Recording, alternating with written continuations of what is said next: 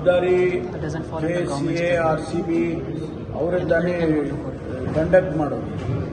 ಇವೆಂಟನ್ನು conduct ಮಾಡೋರು ಯಾರು ಇವೆಂಟನ್ನು conduct ಮಾಡ್ತಾರೆ ಅವರಿಗೆ ಜವಾಬ್ದಾರಿ ಹಾಕಬೇಕಾಗ್ತದೆ.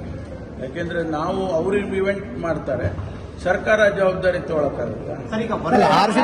ಸರ್ ಇನ್ನೊಂದೇನಂದ್ರೆ ಯಾರು ಇವೆಂಟ್ ಅನ್ನ ಆರ್ಗನೈಸ್ ಮಾಡ್ತಾರೆ ದೋಸ್ ಆರ್ಗನೈಸರ್ಸ್ ಓನ್ಲಿ ವಿಲ್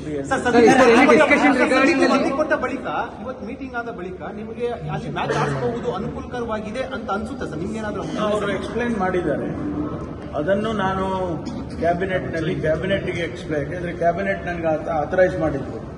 ಅದರಿಂದ ನಾನು ಕ್ಯಾಬಿನೆಟ್ಗೆ ಬ್ರೀಫ್ ಮಾಡ್ತೀನಿ, ಇಂತಿಷ್ಟು ಅವ್ರು ಮಾಡಿದ್ದಾರೆ, ಇಂತಿಷ್ಟು ಮಾಡಬೇಕು, ಇದಕ್ಕೆ ಸಾಧ್ಯತೆ ಇದೆ, ಸಾಧ್ಯತೆ ಇಲ್ಲ, ಅದೆಲ್ಲವನ್ನು ಕೂಡ ನಾನು ಮಾಡ್ತೇನೆ.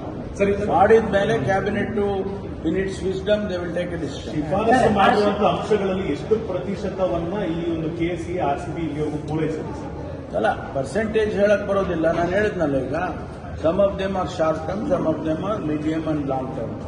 Short term they have completed, medium and long term they have already started working on that. Some of them they will complete in March, some before the match itself, and some of them will definitely take a long time, like demolishing some part of the stadium and rebuilding.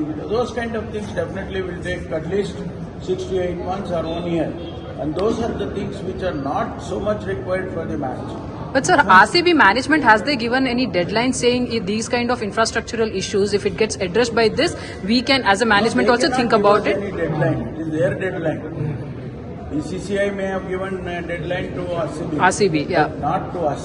How can RCB give us a deadline? No, but related to They can only request the government. They cannot give us any deadline. Sir, in terms of request also, have they requested you saying by this? They have requested to consider, holding the matches here. I mean, inaugural match.